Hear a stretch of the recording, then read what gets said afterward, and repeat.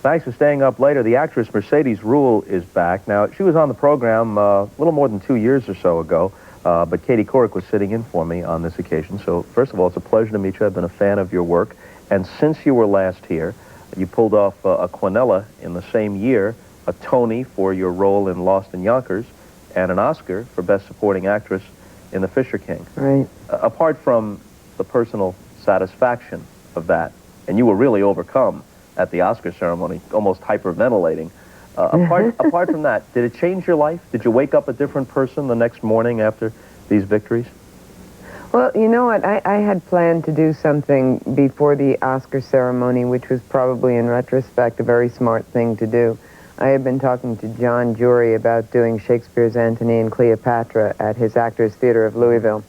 And so I made the commitment. So Oscar or no Oscar, I was scheduled to go down there the day after the Oscar ceremony and start rehearsals for that play. So that was actually a nice thing to have there. You put your nose right back to the grindstone and get in the trenches with some working actors and try your hand at the really hard stuff. So I had that. And I had to go right into that discipline, which was a good thing.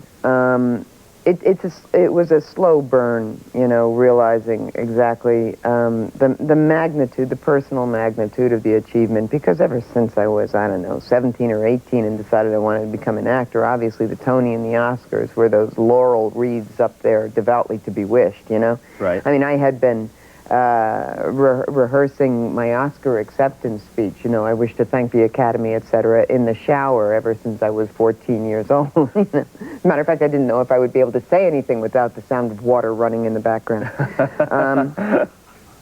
So that, it was great. But there is a sense, too, of, oh, so there's a life beyond these things. And, oh, so there are further challenges yet. And there is this legend that once you win the Oscar, prepare yourself not to work for a year and a half. Everybody told me that, and I said, oh, ho, ho, a legend, that's all. And in fact, I had Lost in Yonkers lined up, and of course that play, and then I went on to do Last Action Hero. But it was after that period of time that suddenly I came onto this plateau where I was being offered some work that was not, just not challenging enough to really take me to the next notch personally or professionally that I wanted to get to. And the things that were, you know, the projects that had some excitement, some challenge, some substance, I realized I was a freshman senator, you know, in a small club, all of whom were much more established ladies and had established themselves as box office, you know, entities to be dealt with, you know. And so in the pecking order, you know, I was in the club. That's delightful. But I was, as I say, on the bottom rung. And given the fact that there are, and of course this is, you know, a truism now, but so few good roles, period, and then many fewer good roles for women. This next phase has proven to be not a free lunch, but a real struggle, you know, making the next move. Tell me about the differences between playing Bella, the woman that you played so well, both on the stage in Neil Simon's Lost in Yonkers and in the film version. Tell me about the differences on stage and on film. There's a remarkable difference between the two kinds of performing, although finally they spring from the same root and the same techniques are used to make them both come to life. But you have to reach out and grab 1,500 people in your embrace on a proscenium stage, you know? And so there is a man who is sitting and a woman in the last, let's hope their whole row is full, the last row of the mezzanine. And they have paid their $40, $35, $40 to get their catharsis. And you've got to give it to them, you know, or die trying, just as these people in the house seats in front of you. So that there's a largeness. There is in your voice, in your gesture, the soft moments, the whispered moments have to somehow technically be projected to those people too. And it requires certain kinds of physical techniques, you know. When you're operating in a film situation, the camera is as close as these cameras are to us. They pick up small facial gestures. So you're operating with a whole other palette that's not available to you on stage. And that's really interesting, to be able to use these delicate colors at the other end of the palette. The problem can be, especially if you've done the stage version for 9 months, that you're going to bring that stage grandeur to a filmic situation, and it's going to be too large. On the other hand, what I did discover is that a soul in pain, an anima in pain, is the same essential creature, whether it's on stage, on a sound stage, or on a Broadway stage. When you cry out to the gods, it happens at about the same register, no matter what the medium, you know. So a lot could be directly translated. One difference that seems apparent to me, having seen both the stage play and the film, this goes from comedy to drama constantly. Yeah. Now, in the course of one scene, you're going to get that ride as a performer and in response from the audience on stage. But the way movies are edited, it might be done in little, edited and shot, rather. The shot is more important for your performance. It could be done in little segments. So you're not gonna flow from one thing to the other. That's right. It's taken a while to get that out, but you know where I'm getting to. Yeah, yeah. Well, as an actor, when you look at a film script, you say, okay, so here's the story, here's the list, here's the lineup of beats, here's where it rises to a climax, and here's where the climax is resolved. And you think, oh, I hope they do it the way it's in the script, because I'm ready to sign on the way it's in the script. But once you've done that, in a way, you have no protection as a film actor. They may change a great deal in the course of, they may decide to rewrite the ending. And it's an interesting question, because as a performer, you'd like to have a little bit more control over the thing you signed on to do. But on stage, you've got that audience out there, and they vary from Tuesday through Sunday. Tuesday night can be a hard mob to handle. Saturday night, you've got a lot of people who've gone out, had dinner, had a couple of cocktails, and were maybe brought there by their wives, you know, some 46% of them, you know. Sometimes Thursday or Friday night, you get a really good crowd of theater aficionados, you know, Wednesday, Thursday, you know, those people who come during the week. So what is it about Tuesday?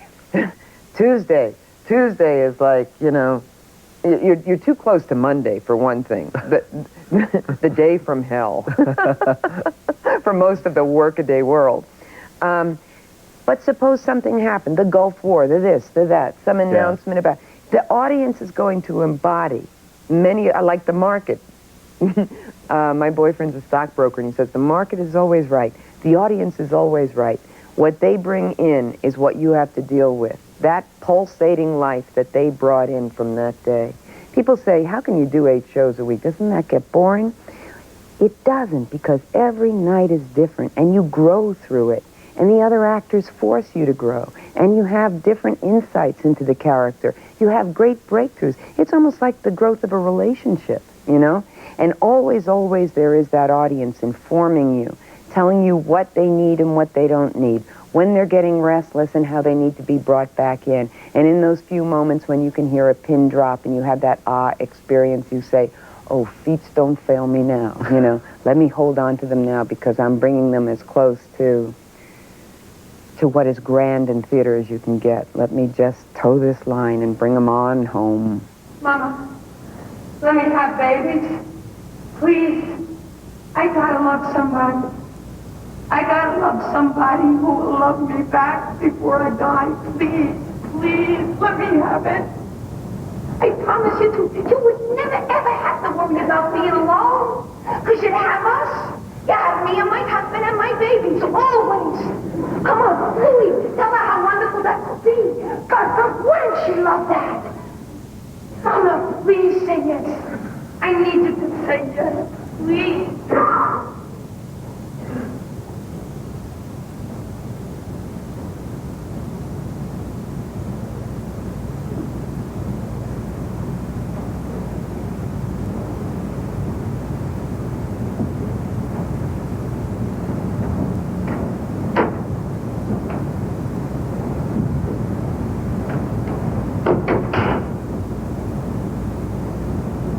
Somebody, please hold me.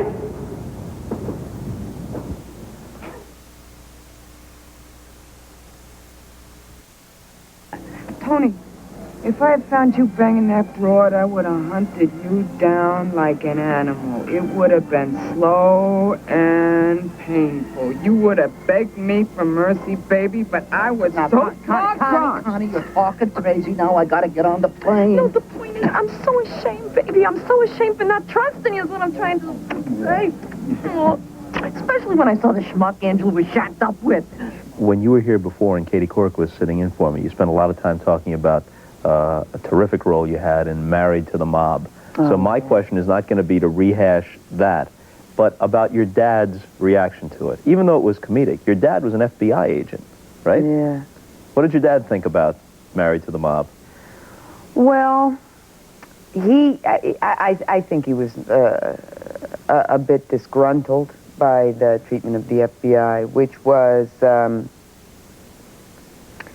and I think to a certain extent he was right, simplistic. My dad was in the FBI for about 35 years. He retired, about 10 years ago. And during that time, when he first got into the FBI in the early 50s, he was, J. Edgar Hoover was one of our national heroes at that time. And he stood for a certain kind of purity, law, and order.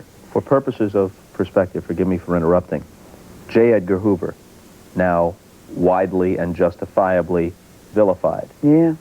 In 1963, shortly before JFK's assassination, was held in higher public esteem than the president.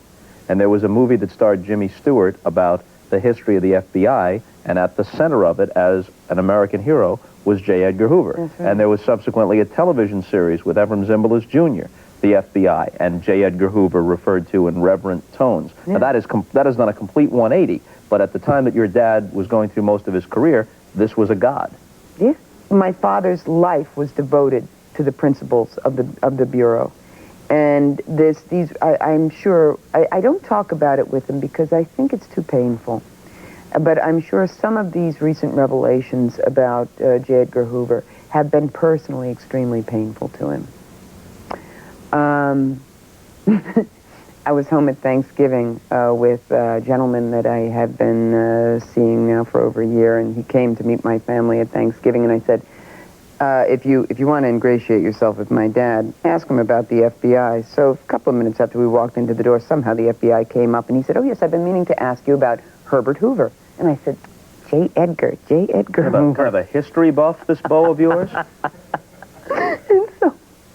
But my mother, his name is Brian, and my mother proceeded to call him Michael all night. So I said, the points you lost, you won back by answering courteously to Michael all night. And my father said, yes, perhaps we should award him a picture of J. Edgar Hoover. And Brian said, yeah, in drag. And I said, time to go. But he's got a sense of humor, and he loved the movie, and he loved me in it, and he was a good sport about it. Sounds like the Thanksgiving scene in Annie Hall. I know. If I ever write. Woody Allen shows up, and the sort of waspy Diane Keaton parents look across the table and see him as an acidic Jew with a long beard and black hat. Yes. Speaking of Woody Allen, didn't he cast you in Radio Days? Radio Days, yes. Small part in Radio Days. Yeah, it must have been a small part, because I honestly don't recall it, and I saw the movie, so tell me. I played an advertising executive who, in a sound studio, tried to persuade Mia Farrow to sing a song about a laxative. I believe the song was Get Regular with Relax, with a little bit more fervor for the product she was singing about. It was brief. My mom and dad thought it was tremendously funny, a golden moment in comedy. But oddly enough, many people did miss it. If you were just coming into your seat at that point in time, you missed me entirely. I'd love to work with him again. You know what is amazing about him? And I mean this as an observation of interest rather than praise. I don't know if praise is what's due here. But his ability to continue to work effectively amidst everything else is amazing. He must work. This is one of the things that I've really been impressed by in some of the greats that I've met, They must work. They must work to live. Neil Simon and Robin Williams, two very different men, but with this in common. They must do what they do to live, you know? I said to Robin at one point, you're like a channeler of the humor in the universe, like a weather vane. You're picking it up out of the universe, and you're, you know, bringing it down. And sometimes you almost feel like he's vibrating with what's coursing through him. He can't get it out fast enough. He's getting it out to relieve himself of the humor that's pent up in him.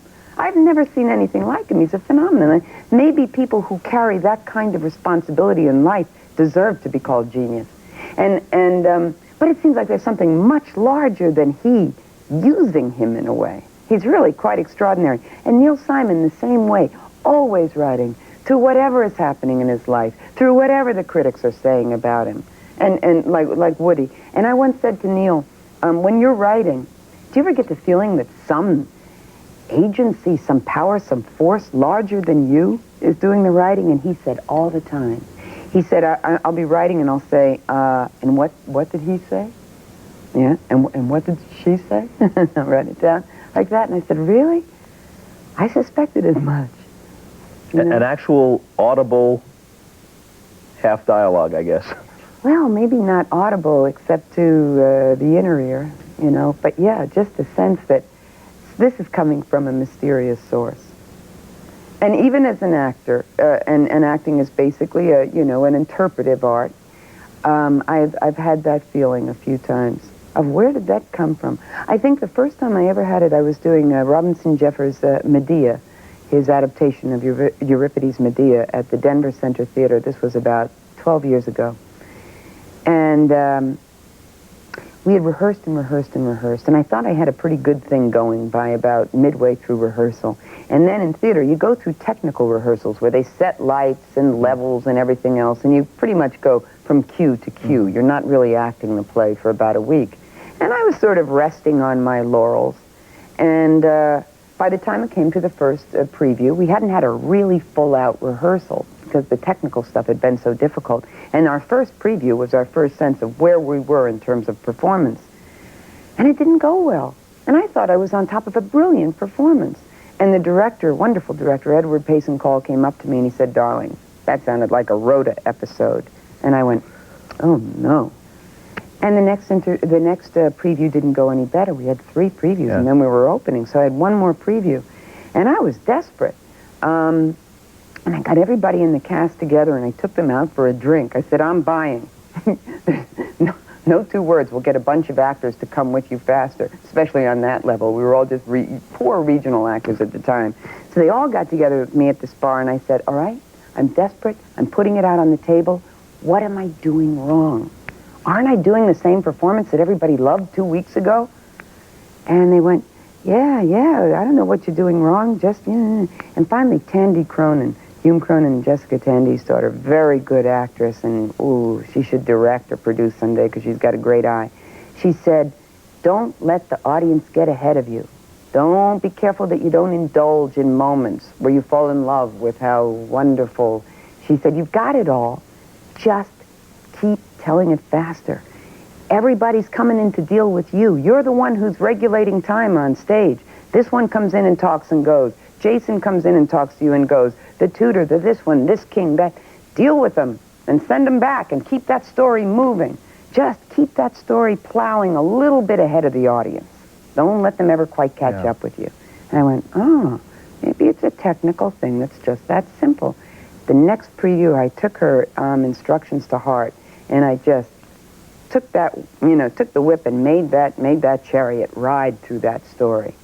And didn't take any moments and didn't get self-indulgence. Just made sure that story got told with asperity and swiftness and strength. And at the end, I didn't know what I'd done. I didn't know if it was good or bad. I came out to take a bow, and the whole audience got up.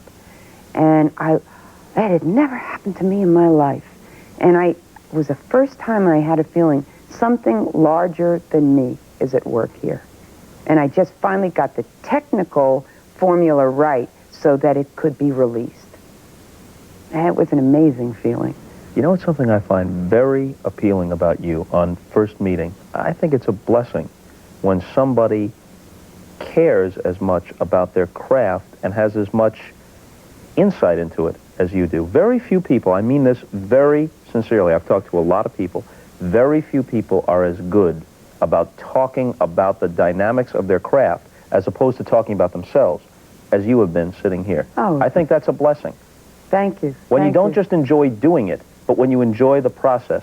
Now, I'm not comparing talent, but I could sit down, because I wanted to be a sports announcer my whole life. I could sit down and you could play a tape of Red Barber calling the Brooklyn Dodgers for me. And I have nothing to do with it. I'm not talking about myself. I'm listening to it. And I could sit there and tell you nuances of what he was doing, why he was trying to do it, why it worked in the 4th inning and wouldn't work in the 6th inning. And I take that to come not so much from intelligence as from an affinity for the craft. And I think it's exhilarating when somebody has that going for them. Thank you very much. I appreciate the observation, and I have to say that it fascinates me. The business of acting fascinates me, and I suppose on some level, it has a metaphorical value which is larger than just acting. Because what an actor learns when he or she learns his craft is the craft, but incidentally, himself. Time for all you folks to get tucked into bed and time for us to get out of here. This was a great pleasure. Thank you very much. My pleasure. Mercedes Ruehl, folks, and we'll see you later.